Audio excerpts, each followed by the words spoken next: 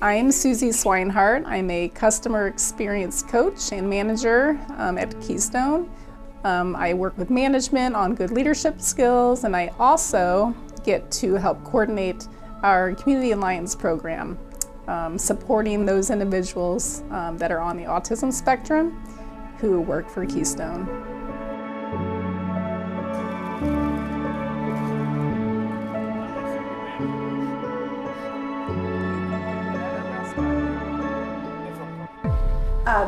These guys were saying you have a word of the day. What was it? It's hope. Hope. I like that. We need a word of the day in our department. Hello, my name is Yuri Reyes, and I am an employment consultant through ADEC. I help individuals find employment, and I have a client who works here at Keystone. And does your word of the day change every day? Yeah. Yeah. Who decides on your word of the day? We take turns. Like today, my dad picked, so tomorrow will be my turn to pick a word. Do you already know what you're gonna pick? I think so. What are you gonna pick? Probably dependable. Is that you? Mm-hmm. I think I've heard that from these guys too. Of all the people that work up here, you're one of the most dependable. So yeah, Troy, well, I guess we could start with how we became a family. Troy and Chelsea were adopted. He was 2 years old and Chelsea was 10 months old, and they're from Russia. Well, when he entered kindergarten, then they classified him under the autism spectrum. Even though he approaches things differently and he processes differently and sees things differently, that he still has the same desires and thoughts and emotions that anyone has. Good job, Troy! Yeah, Troy! Good job, Troy! Good job, bud! So statistically, kids diagnosed with autism is increasing quite rapidly. In fact, back in the year 2000, 1 in 150 kids were diagnosed with autism by the age of 8. And just this year, it came out by the CDC that 1 in 36 kids by the age of 8 are diagnosed with autism. So it's a lot. I mean, it's about a 1 in every classroom. Yeah, so as you can imagine, our workforce is gonna include a lot more individuals with these different abilities. So we're going to have to take into account their different needs, the environments that are more conducive for them to be more productive, that they're going to desire, they want to work. Unfortunately, about 85% of people on the spectrum are unemployed. So Troy, when he got out of high school, we had a lot of problems finding a job for him. So he would go into a job, like they found a job for him folding napkins, and it seemed to work out really well. But then after a while, it would just kind of fizzle out, and nobody would call us back. And so we tried several things. And so I asked my boss, Rick Deisler, and I said, Rick, do you think we could bring Troy in here? Let's just, try it out. See if we, I know there's things that he can do here. No, he's got a great skill at memorization. And so, I know there's certain things he can do in the right environment. And so he agreed. And so Troy came in with a job coach, and that was through Goodwill Ability First. And it was successful. He came in and we were able to get him into a job that he worked out well. We were able to talk to the employees that he was working with, and he has a behavior therapist, Susie Swinehart, and so she was available as well to come in and help us build a supportive environment that he could be successful in. I think we were worried about misunderstandings between us and him, the fear of authority with him, like how does he do if we need him to fix something, how would he react to it? understanding what his abilities were at that point, because I mean, neither one of us had really worked one-on-one with him, so not knowing what was actually going to be going to be able to do, that was another big thing for us to figure out the best job for him going up there. So, and I think we definitely picked the best job for him. Yeah. He loves numbers, so he sets a goal every day usually. He tries to do better than he did the day before. Again, before everybody heads to lunch, Troy has hit a new record of 79. Woo! You know, Troy came in first, and then Hannah, and then Keith came in, and we could still, it was working out well, and we had the support that we needed to. People were accepting of it. And so then, it was about probably 6 months ago, ADEC had 3 people that they came to us.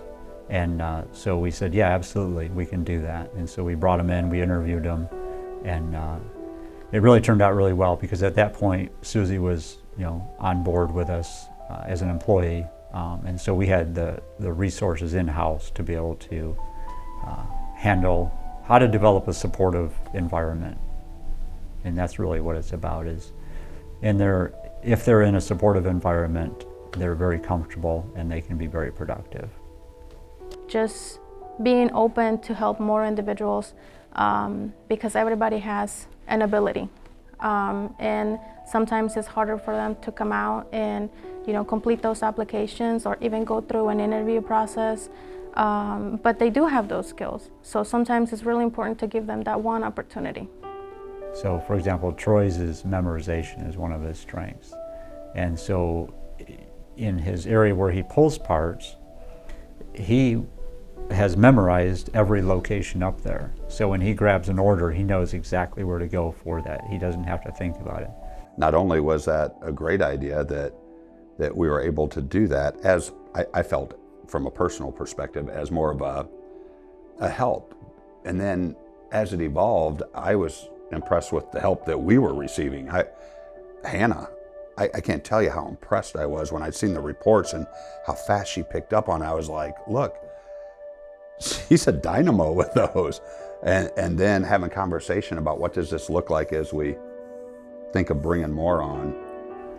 Currently, people with extra abilities, different abilities, I have 2. I have Erin working for me. She's great. She puts together parts and keeps count. Count is her thing. Numbers she loves.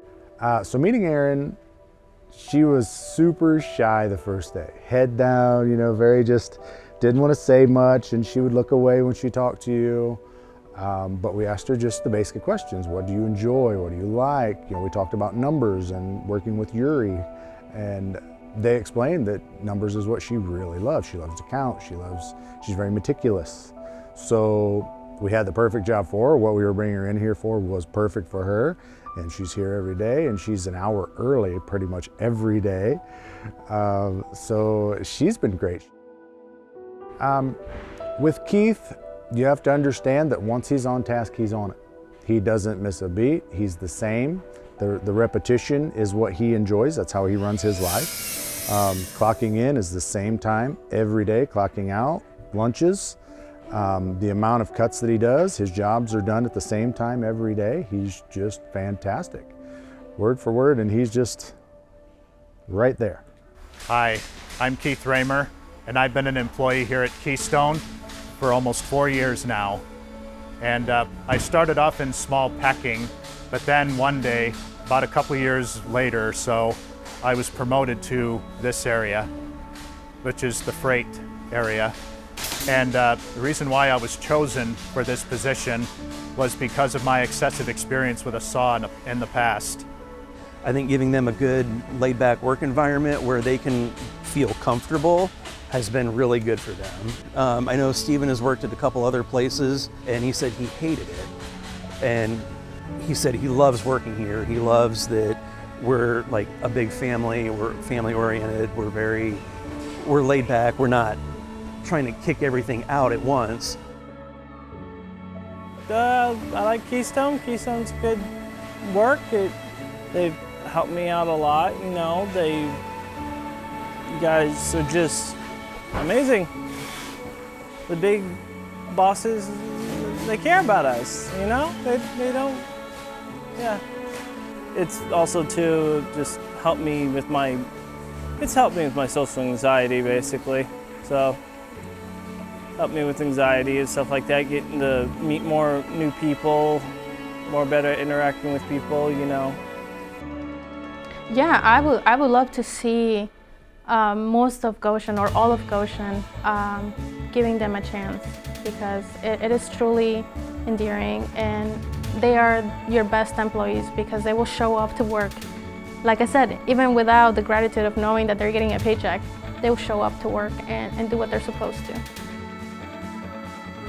Yeah, there's definitely been a recognition of diverse abilities, you know, whether, you know, it's somebody with autism or whatever it may be, but just recognize that everybody has strengths, everybody has weaknesses, but playing to their strengths.